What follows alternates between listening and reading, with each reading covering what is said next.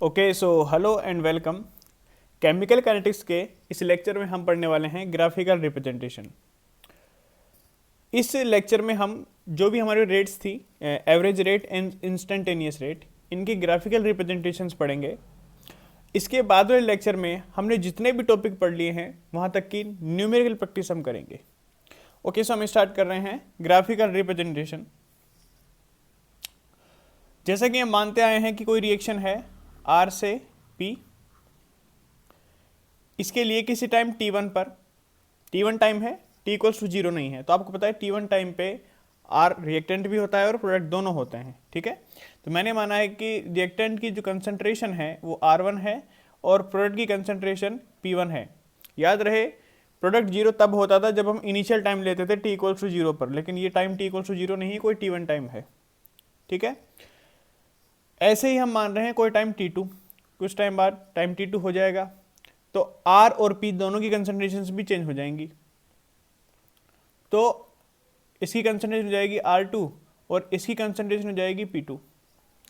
अब जैसे कि हम पहले पढ़ चुके हैं, अगर हम एवरेज रेट पढ़ें यानी R एवरेज अगर पढ़ें हम इसके लिए या लिखें, तो हम रिएक्टेंट के लिए भी लिख सकते हैं और प्रोडक्ट के भी दोनों के लिए लिख सकते हैं हम। ठीक है, तो रिएक्टेंट के लिए वो हो जाएगी R एवरेज, क्या हो जाएगी, माइनस के delta R by delta T, मतलब माइनस के R2 minus R1 divided by T2 minus T1, ये हो जाएगा। सेम प्रोडक्ट के लिए क्या होगा, R एवरेज, R एवरेज का मतलब रेट है, ये R का मतलब क्या है, रेट है। प्रोडक्ट की टर्म्स में क्या होगा, प्लस के प्लस के डेल्टा पी यानी प्रोडक्ट की कंसंट्रेशन में change divided by delta T, मतलब बाहर प्लस रहेगा P2 minus P1 divided by T2 minus T1। ये हमारे पास में फॉर्मूले हो गए हैं। इनके जो ग्राफ्स हैं यानी जो इनकी जो कंसंट्रेशन है और जो टाइम है इसका ग्राफ है, ये भी हम पहले पढ़ चुके हैं, लेकिन आज हमको उस ग्राफ में रेट को रिप्रेजेंट करना है या रेट के जो भी सिंबल है या जो पॉइंट है वो हमको बताने हैं। ओके, नेक्स्ट स्लाइड में चलते हैं। सबसे पहले हम ग्राफ प्लॉट कर रहे हैं रिएक्टेंट की कंसंट्रेशन और टाइम के बीच में। रिएक्टेंट कंसंट्रेशन है और टाइम है, यहाँ आर रिएक्टेंट कंसंट्रेशन और यहाँ क्या है, टाइम t। ओके, हमने पढ़ा था कि ये जो ग्राफ होता है वो कुछ ऐसा होता था। ओके, कुछ ऐसा होता था। अब अगर हम पिछला केस कंसिडर करें, टाइम है t2 और t1, ठीक है, और रिएक्टेंट कंसंट्रेशन है R1 एंड R2, यानी t1 टाइम पर R1 कंसंट्रेशन है, t2 टाइम पर R2 कंसंट्रेशन है।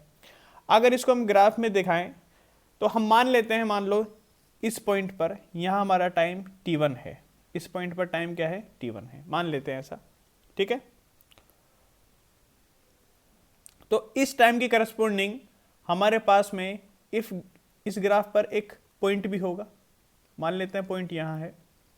ठीक है, तो इस पॉइंट की करस्पॉन्डिंग हमारे पास में कोई रिएक्टेंट की कंसंट्रेशन भी होगी, वो यहाँ है, और आपको पता होगा अब ये क्या हो गई, R1। ठीक है, क्योंकि t1 टाइम पर रिएक्टेंट की कंसंट्रेशन क्या थी, R1, तो t1 टाइम की करस्पॉन्डिंग जो भी कंसंट्रेशन हमारे पास में होगी रिएक्टेंट की वो R1 है। कुछ टाइम बाद ये ग्राफ t2 पर पहुंचेगा, या हम t2 के लिए ग्राफ बनाएंगे, तो t2 टाइम पर t2 के करस्पॉन्डिंग भी एक पॉइंट होगा इस ग्राफ पर, ये रहा, और फिर t2 टाइम की करस्पॉन्डिंग एक कंसंट्रेशन भी होगी रिएक्टेंट की, और वो क्या होगी हमारी, R2। ये जो कंसंट्रेशन है ये क्या है, R2 है। तो देखो हमारे पास इस ग्राफ में दो टाइम पता है और दोनों टाइम की करस्पॉन्डिंग हमारे पास में दो कंसंट्रेशंस आ गई हैं ग्राफ से। फॉर्मूले में क्या रिक्वायर्ड है देख लेते हैं। फॉर्मूले में रिक्वायर्ड है रिएक्टेंट के लिए R2 चाहिए, R1 चाहिए, T2 चाहिए, T1 चाहिए, और ये चारों ही हमारे पास में ग्राफ में है। ठीक है, जैसे ही ग्राफ में आ जाएगा तो ग्राफ से देख के हम वैल्यूज यहाँ रख सकते हैं, और रखते ही हमारे पास में क्या आ जाएगी, रेट आ जाएगी, एवरेज रेट आ जाएगी। ओके, इसका मतलब हमारा ये जो डिफरेंस है, ये वाला, ये जो डिफरेंस है ये क्या है, डेल्टा टी है, ये डेल्टा टी है, और ये जो डिफरेंस है ये वाला, ठीक है, इसको मैं यहाँ लिख रहा हूँ, ये हमारा डेल्टा आर है, यानी कंसंट्रेशन में चेंज है, ठीक है। तो डेल्टा आर की वैल्यू भी आ जाएगी, डेल्टा टी की वैल्यू भी आ जाएगी, डिवाइड करेंगे तो हमारे पास में क्या आ जाएगी, एवरेज रेट आ जाएगी, ओके। और साइन वगैरह के बारे में तो आप जानते हैं कैसे ही करना है, माइनस आगे लगाना है। तो ये एवरेज रेट को रिएक्टेंट की कंसंट्रेशन वाले ग्राफ में बताया है। सिमिलरली ऐसा ही हम प्रोडक्ट के साथ भी कर सकते हैं। एक मिनट, मार्कर चेंज कर लेता हूं मैं। देखो बिल्कुल सेम, बिल्कुल ऐसा ही हम प्रोडक्ट की कंसंट्रेशन वाले ग्राफ में भी कर सकते हैं। यहां पर प्रोडक्ट की कंसंट्रेशन है, यहां पर हमारे पास में टाइम है। आपको ग्राफ के बारे में पता होगा, ये ग्राफ ओरिजिन से स्टार्ट होता था और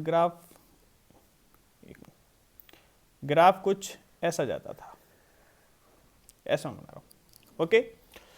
फिर से हमको पता है कि प्रोडक्ट के लिए T1 टाइम पर कंसंट्रेशन P1 है और T2 टाइम पर कंसंट्रेशन क्या है, P2 है।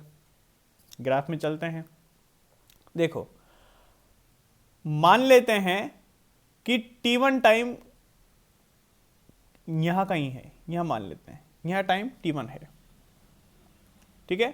तो इसकी करस्पॉन्डिंग जब आप ग्राफ में पॉइंट देखोगे तो आपको एक पॉइंट मिल जाएगा, मान लो पॉइंट यहां है, तो इसकी करस्पॉन्डिंग जो भी कंसंट्रेशन होगी वो क्या होगी, P1 होगी। प्रोडक्ट की इनिशियल कंसंट्रेशन यानी T1 टाइम पर जो भी कंसंट्रेशन है वो P1 है, ठीक है। कुछ टाइम बाद टाइम क्या हो जाएगा, T2 हो जाएगा। मान लेते हैं टाइम T2 हो गया।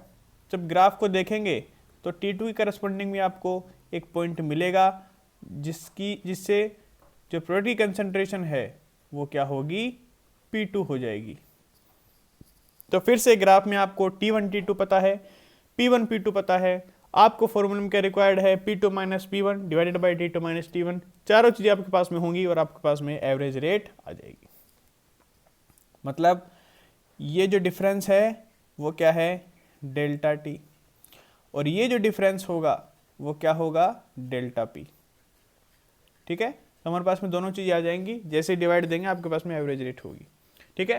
तो ये हमने क्या सीखा है, ये हमने सीखा है कि एवरेज रेट जो है वो कैसे कंसंट्रेशन और टाइम के बीच में जो ग्राफ बनता है उसमें हम कैसे रिप्रेजेंट करते हैं, ठीक है। तो ये एवरेज रेट आप निकाल पाओगे ऐसे। दूसरी रेट हमारे पास में थी इंस्टेंटेनियस रेट। उसके लिए थोड़ा सा हम पहले एक कॉन्सेप्ट समझते हैं, क्योंकि उसमें स्लोप वगैरह का एक यूज आता है तो वो थोड़ा सा आना चाहिए। चलो, इंस्टेंटेनियस रेट हमको पढ़नी है, यानी उसको ग्राफ में रिप्रेजेंट करना है। उससे पहले हम पढ़ते हैं लाइन के बारे में, क्योंकि लाइन का स्लोप क्या होता है, थीटा कैसे मेजर करते हैं, इसके बारे में थोड़ी हमको जानकारी लेनी होगी। चलो, एक्सिस मान रहा हूँ ना, ये एक्सिस है, अब तो कोई ग्राफ नहीं काइनेटिक्स का, ये एक्सिस है, ये एक्स एक्सिस है और ये क्या है, वाई एक्सिस है। कोई स्ट्रेट लाइन है, ठीक है, एक स्ट्रेट लाइन मान रहा हूँ कि ये मेरी स्ट्रेट लाइन, ये, ठीक है।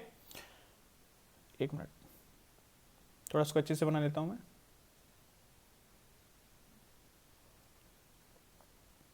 मान लेते हैं ये एक स्ट्रेट लाइन है, ये वाली, ठीक है, ये स्ट्रेट लाइन है, यहां खत्म है मान लो, और ये एक्स एक्सिस के साथ में थीटा एंगल बना रही है, ये वाई एक्सिस है, ये एक्स एक्सिस है, ओके। सो इसमें ये जो लाइन है, अगर मैं इस लाइन के स्लोप की बात करूंगा, ठीक है, लाइन के स्लोप की बात करूंगा तो क्या होता है, टेन थीटा। इस लाइन का स्लोप क्या होगा, टेन थीटा, और थीटा कौन सा है, ये वाला जो एंटी क्लॉकवाइज साइड से हमेशा मेजर होता है, ठीक है। तो ये जो भी थीटा होगा, इसका अगर मैं टेंजेंट ले लूं तो वो क्या होता है, इस लाइन का स्लोप होता है। इसका एक और मतलब है, देखो क्या है, जैसे ये वाली जो डिस्टेंस है, मान लो कुछ भी होगी, ये वाई एक्सिस पर है, तो इस डिस्टेंस को मैं वाई बोल रहा हूँ, वाई, ये डिस्टेंस क्या है, वाई, यहाँ से लेके यहाँ तक की, ठीक है, ये जो डिस्टेंस है ये वाई है, और यहाँ से लेकर के यहाँ तक की डिस्टेंस, इसको मैंने क्या कहा, एक्स कह दिया, ठीक है। तो अगर मैं टेन थीटा की वैल्यू निकालूं, ठीक है, अगर मैं इसमें टेन थीटा की वैल्यू निकालूं तो टेन थीटा की वैल्यू क्या आएगी, टेन को अलग से सोल्व करके दिखा रहा हूँ आपको, tan theta, tan theta equal to क्या आएगा, y अपॉन एक्स। आपने पढ़ा होगा 10th क्लास में ट्रिग्नोमेट्रिक में, ठीक है। टेन थीटा क्या होता है, ये क्या है परपेंडिकुलर, और ये क्या होता है बेस। तो परपेंडिकुलर बाय बेस क्या होता है, टेन थीटा होता है। तो अगर tan theta y upon x है तो आपको ये भी पता होगा कि tan theta delta y by delta x भी होगा, ठीक है। ये तो y तो पूरी डिस्टेंस है ना। अगर मान लो मैं कोई एक छोटी डिफरेंस के बारे में बात कर लेता तो y एक्सिस पर डिफरेंस और x एक्सिस का डिफरेंस, इन दोनों का रेशियो भी टेन थीटा ही होता, ठीक है। क्योंकि टेन थीटा अगर y अपॉन एक्स है तो delta y by delta x भी टेन थीटा ही होगा, ठीक है। इतना आपको समझ में आना चाहिए कि कोई लाइन है और अगर ये एंगल बन रहा है तो स्लोप क्या होता है, टेन थीटा। और टेन थीटा किसके बराबर होता है, y अपॉन एक्स के। मतलब अगर आप y एक्सिस पर जो भी कोऑर्डिनेट है उसका चेंज और x एक्सिस पर जो भी कोऑर्डिनेट है उसका चेंज का रेशियो ले लोगे तो आपको स्लोप मिल जाएगा। मतलब टेन थीटा वैल्यू क्या होती है, y अपॉन एक्स या delta y by delta x. इसका मतलब स्लोप क्या हो गया,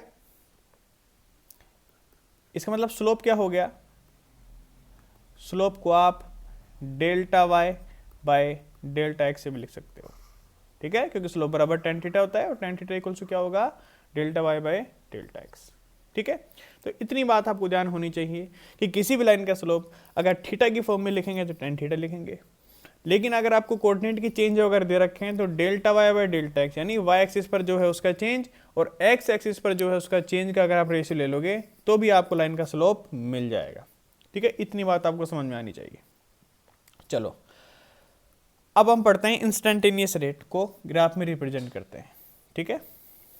तो मैं लिख रहा हूं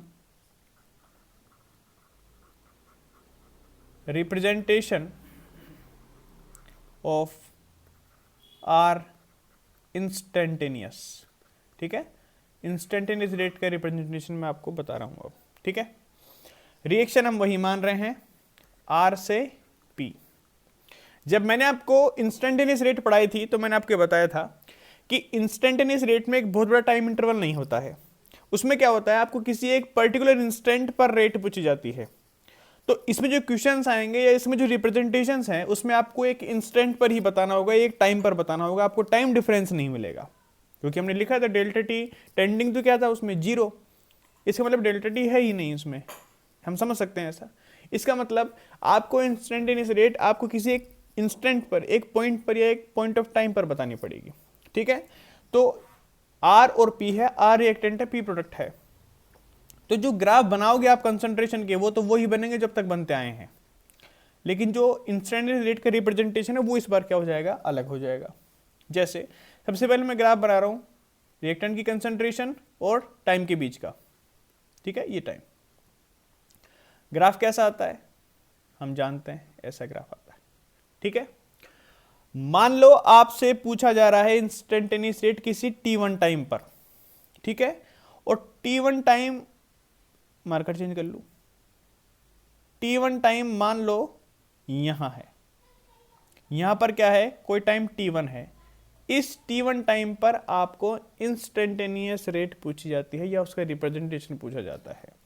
तो आप क्या करोगे, सबसे पहले इस टाइम की करस्पॉन्डिंग इस ग्राफ पर एक पॉइंट निकाल लोगे, ये पॉइंट है, ठीक है।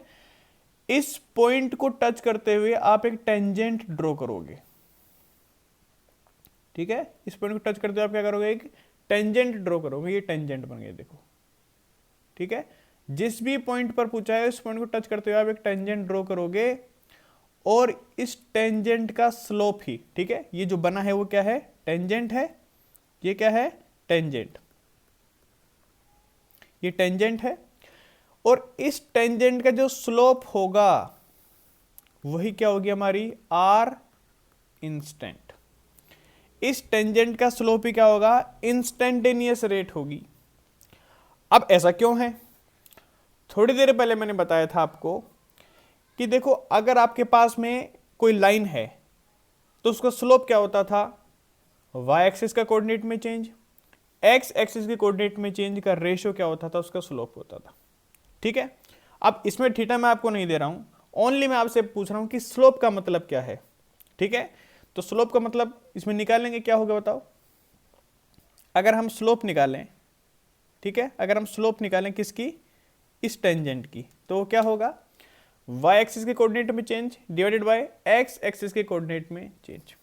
ठीक है, तो वाई एक्सिस पर क्या है, आर की कंसंट्रेशन, तो उसमें चेंज क्या आ गया, डी आर। अगर हम स्मॉल चेंज ले रहे हैं तो बड़ा चेंज तो डेल्टा आर और स्मॉल चेंज है तो डी आर।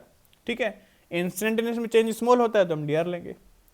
ठीक है, तो वाई एक्सिस पर चेंज क्या आ गया, डी आर डिवाइडेड बाय क्या आएगा, एक्स एक्सिस में चेंज और क्या होता है, डी टी। ये स्लोप आ गया और यही तो रेट होती है। देखो हमने स्लोप की डेफिनेशन लगाई थी, हमारे पास क्या आ गया, D R by D T. ठीक है, अब आपको पता है ये जो लाइन है वो नीचे की तरफ आ रही है, और जब भी लाइन नीचे की तरफ आती है तो स्लोप नेगेटिव होता है। आप जानते हैं रेट पॉजिटिव करनी पड़ती है हमको, रेट तो ओवरऑल पॉजिटिव बनानी पड़ती है।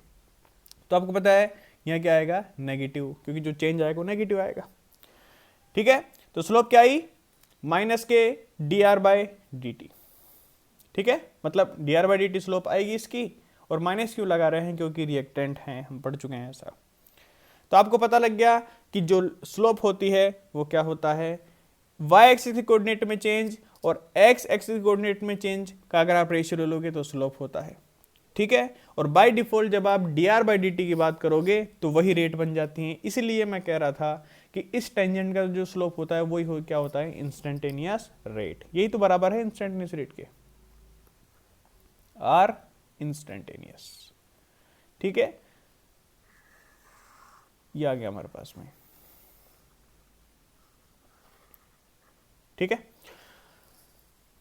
तो ओवरऑल मैं क्या कहना चाहता हूं कि अगर किसी भी ग्राफ में या रिएक्टेंट कंसंट्रेशन और टाइम के ग्राफ में किसी भी पॉइंट पर आपसे इंस्टेंटेनियस रेट पूछी है तो आप क्या करोगे, उस पॉइंट से टच होती हुई एक टेंजेंट खींचोगे, और उस टेंजेंट का स्लोप ही आपको क्या बता देगा, आर इंस्टेंटेनियस। और क्यों बता देगा वो मैंने आपको बता दिया, क्योंकि स्लोप क्या होता है, वाई एक्सिस में कंसंट्रेशन का चेंज या वाई एक्सिस में जो भी कोऑर्डिनेट है उसका change divided by x axis में जो भी कोऑर्डिनेट है उसका चेंज का रेशो, और वही क्या होता है, रेट होगा। ठीक है, तो ये हमने रिप्रेजेंट कर दिया रिएक्टेंट की कंसंट्रेशन टर्म में। आप बिल्कुल ऐसे ही प्रोडक्ट में भी कर सकते हो। ठीक है, तो अगर आपको इंस्टेंटेनियस रेट बतानी है, और किस में बतानी है, प्रोडक्ट वाले ग्राफ में। ठीक है, तो यहां प्रोडक्ट की कंसंट्रेशन है, इसको थोड़ा मैं पीछे एक्सटेंड कर लेता हूं क्योंकि जरूरत पड़ेगी हमको, और यहां है टाइम। ठीक है, ग्राफ कुछ ऐसे बनता है प्रोडक्ट का, आप जानते हैं। मान लो कि हमसे यहां भी किसी t1 टाइम पर, मान लो यहां है कोई t1 टाइम, t1 इस टाइम की करस्पॉन्डिंग आपसे क्या पूछा है, इंस्टेंटेनियस रेट पूछी है या उसका रिप्रेजेंटेशन पूछा है। ठीक है, तो आप इसकी करस्पॉन्डिंग जो ग्राफ में पॉइंट वहां तक पहुंचेंगे, इसके बाद आप क्या करोगे, इस पॉइंट से टच होती हुई एक स्लोप निकालो, या सॉरी इस पॉइंट से टच होती हुई आप एक टेंजेंट निकालोगे। ठीक है, तो एक टेंजेंट ड्रॉ करनी है।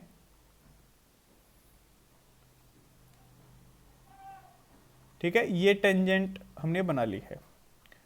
ठीक है, जो इस पॉइंट को टच करते हुई जाएगी। ठीक है, ये टेंजेंट बन गई है, और आप जानते हो इसका जो टेंजेंट का जो स्लोप है, ठीक है, इसका जो स्लोप होगा वही क्या होगी, आर इंस्टेंटेनियस। क्यों होगी, क्योंकि इस लाइन का स्लोप क्या होगा, जो भी वाई एक्सिस पर है उसका चेंज और जो भी एक्स एक्सिस पर है उसका चेंज।